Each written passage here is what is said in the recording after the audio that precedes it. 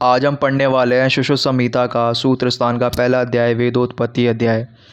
वहीं पे आप ऊपर लिख लीजिए चरक सूत्र पहला दीर्घजीवित्यम अध्याय, वाग्भट सूत्र एक आयुष्कामी अध्याय और सुश्रुत सूत्र एक वेदोत्पत्ति अध्याय। आप सेकंड श्लोक में हिंदी की सेकंड लाइन में देखिए, धन्वंतरी को औपधनेव वैतरण और अभ्र पोष कलावत करवीर गोपु रक्षि सुश्रुत्र। तो वहीं पे आप लिख लीजिए कि धन्वंतरी के 7 शिष्य।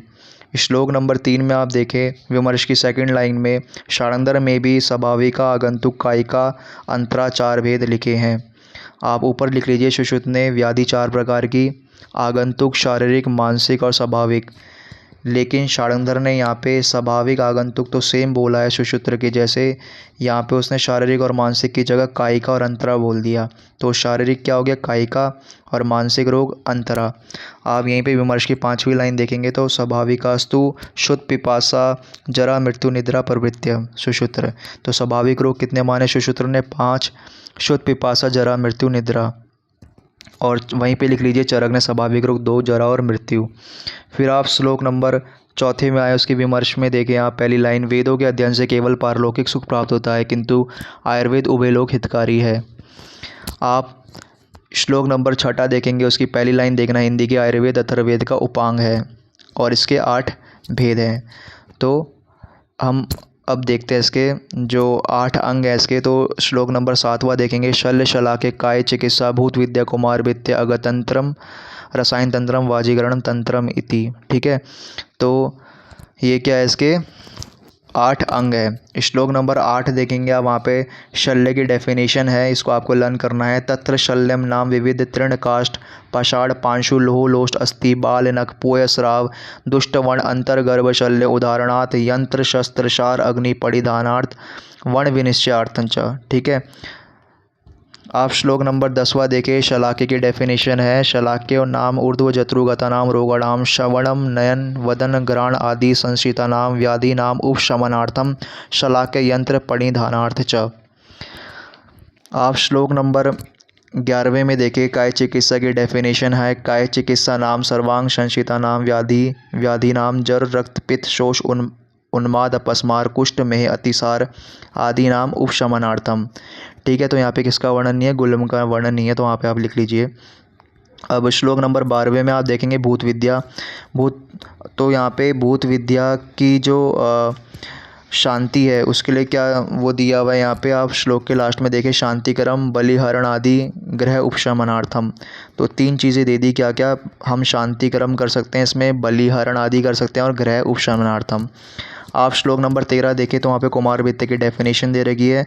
तो कुमार भृत्य नाम कुमार भरण धात्री शीर दो संशोधनार्थ और दुष्ट स्तन्य ग्रह समुत्थानाच व्याधि नाम उपशमनार्थम। तो यहाँ पे 3 चीज़ की बात की है, कुमार भरण की मतलब बालकों के पोषण के लिए, धात्री शीर दोष संशोधनार्थ अगर धात्री के दुग्ध में दोष है तो उसका संशोधन करना, और दुष्ट स्तन्य ग्रह समुत्थानाच तो दूषित दुग्धपान और ग्रह से उत्पन्न व्याधियों की चिकित्सा का वर्णन मिलता है हमें किसमें, कुमार भृत्य में।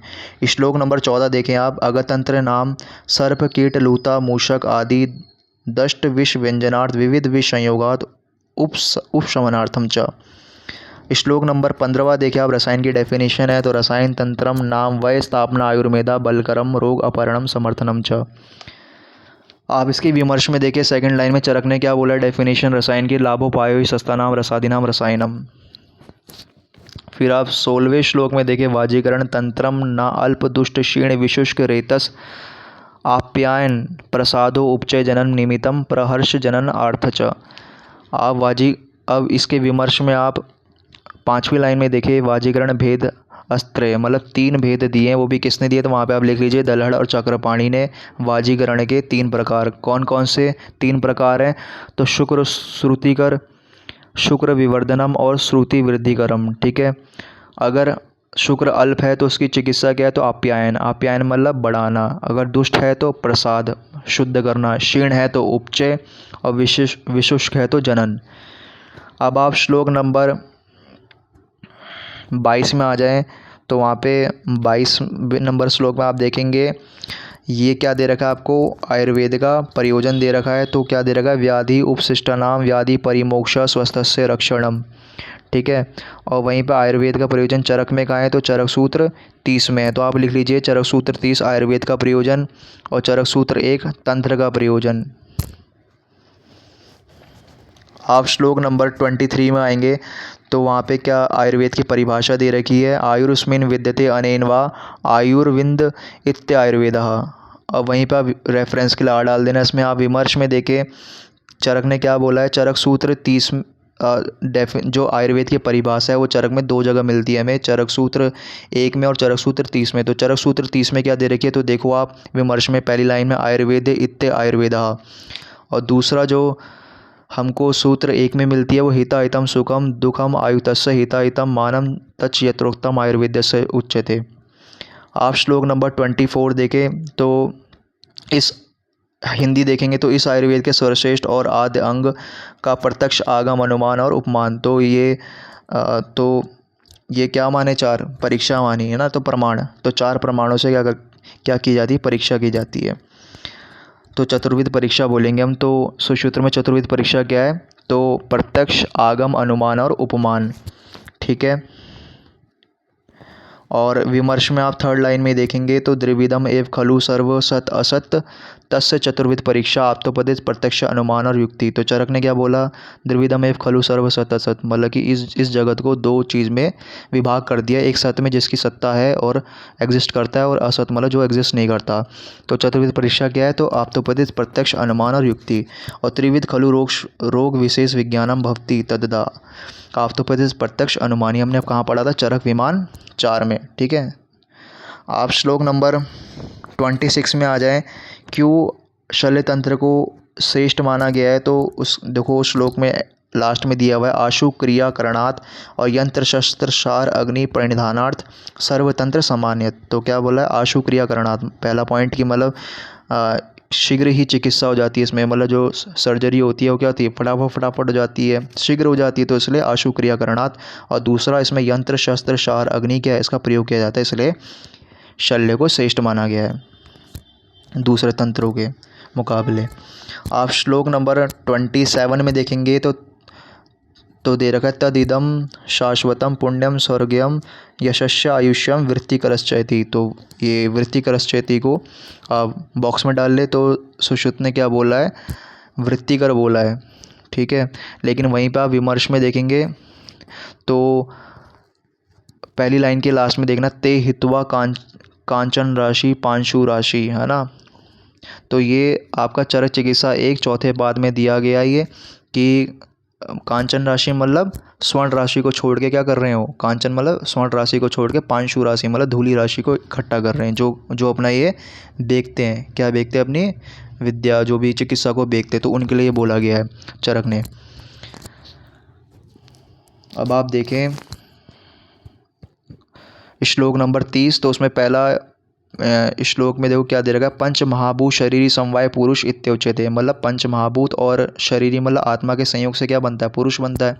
और इसके नीचे देखो श्लोक में क्या लिखा है, लोको ही द्विविधम स्थावरो जांगम। तो ये जो लोक है वो 2 में डिवाइडेड है, किसमें, स्थावर और जांगम में। उसके नीचे क्या दे रखा है, तत्र चतुर्विध भूतग्राम स्वेद जरायु अंडज उद्भिज। तो चतुर्विध भूतग्राम क्या है, स्वेदज अंडज जरायु उद्भिज, ठीक है। आप श्लोक नंबर 31 में देखें तद दुख संयोगो व्याधि उच्यते, मतलब दुख के संयोग से क्या होता है, पुरुष में व्याधियाँ होती है ना, रोग होते हैं। आप श्लोक नंबर 32 में आ जाए, ये व्याधियाँ 4 प्रकार की होती हैं, आगंतुक शारीरिक मानसिक और स्वाभाविक। ये मैंने आपको पहले ही लिखवा दिया था कि सुश्रुत में व्याधियाँ 4 प्रकार की, आगंतुक शारीरिक मानसिक और स्वाभाविक। और वहीं पे शाणंधर ने क्या बोला था, कायिक और अंतरा बोला था, ये मैंने आपको पहले लिखवा दिए गए हैं, ठीक है। फिर आप श्लोक नंबर 35 में आ जाए, यहाँ पे आपको निग्रह हेतु दे रखा होगा, तो निग्रह हेतु कितने, 4, संशोधन संशमन आहार आचार सम्यक प्रयुक्त निग्रह हेतु। तो निग्रह हेतु कितने 4 होते हैं हमारे, संशोधन संशमन आहार और आचार। आप 36 श्लोक में आ जाए तो वहाँ पे देखो स्टार्टिंग में आपको मार्क करना है प्राणी नाम पुनर्मूल आहारो, तो ऐसे ही फिल इन द ब्लैंक्स कराएगा, प्राणी नाम पुनर्मूल क्या है, आहार, तो रेफरेंस के लिए आहार डाल दीजिए आप। श्लोक नंबर 37 में आ जाएँ आप तो स्थावर चतुर्विधा, तो क्या दे रखा है इसमें, वनस्पति वृक्ष विरुद्ध औषध्य इति। तो स्थावर को चार भेद किए हुए स्थावर औषधि के क्या क्या? वनस्पति, वृक्ष, विरुद्ध और औषध। अब बारी बारी से पढ़ते हैं। वनस्पति, तो वनस्पति क्या? अपुष्प फलवंतो, जिसमें कि पुष्प नहीं आते लेकिन फल आते हैं। अब पुष्प फलवंतो वृक्ष, और जिसमें पुष्प भी आया फल भी आया तो उसे वृक्ष बोला जाता है। वहीं पे आप लिख लीजिए कि चरक ने चरक ने वृक्ष ना बोल के क्या बोला है? वनस्पत्य बोला है। और सुश्रुत ने क्या बोला है? वृक्ष बोला है। और श्लोक में आगे देखिए, प्रतानवत्य, तो प्रतानवत्य मतलब फैलना, जैसे गुल्म के स्वरूप से जो फैलता है उसको क्या बोलते हैं? हम विरुद्ध बोलते हैं। और फल पाक निष्ठा औषधि थी, मतलब जो फलों के पकने के बाद जो हमारा बचता है उसे क्या बोलते हैं? हम औषधि बोलते हैं। ठीक है। अब श्लोक नंबर 38 में आ जाएं तो ये अभी मैंने आपको बताया भी था, जांगम 4 प्रकार के बताए यहाँ पे, जरायु, अंडा, श्वेत उद्भिद, जिसको हमने क्या बोल दिया था? चतुर्विध भूतग्राम, है ना। श्लोक नंबर 41 में आ जाए, पार्थिव द्रव्यों में स्वर्ण, रजत, मणि, मुक्ता, मैंसिल, मिट्टी तथा कपाल का उपयोग होता है। फिर आप श्लोक नंबर 44 में आ जाएं तो वहाँ पे दे रखा है चतुर्विध हेतु या चतुर्विध वर्ग की बात की हुई है। तो चतुर्विध वर्ग कौन से? स्थावर, जांगम, पार्थिव, कालकृत, इसकी भी बात हमने पीछे कर दी है। फिर आप श्लोक नंबर 46 के एंड में आप देखें, मानसानाम तू शब्द आदि इष्ट वर्ग सुखावे। तो ये जो शब्द आदि इष्ट वर्ग सुखावे है, ये किसकी चिकित्सा है? मानस रोग की चिकित्सा है, इस सूत्र ने बोली है।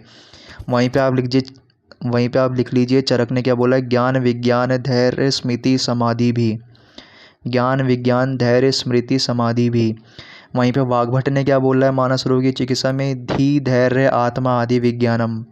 धी, धैर्य, आत्मा आदि विज्ञानम। ठीक है। फिर आप श्लोक नंबर 50 में देखिए, वहाँ पे बीचों बीच आ रखा होगा काशीपति प्रकाशितम। तो काशीपति प्रकाशितम उपमा आ रखी है धन्वंतरी जी के लिए। तो यहाँ पे चैप्टर फिनिश होता है। अगर आपको अच्छा लगा तो आप लाइक, शेयर, सब्सक्राइब करें।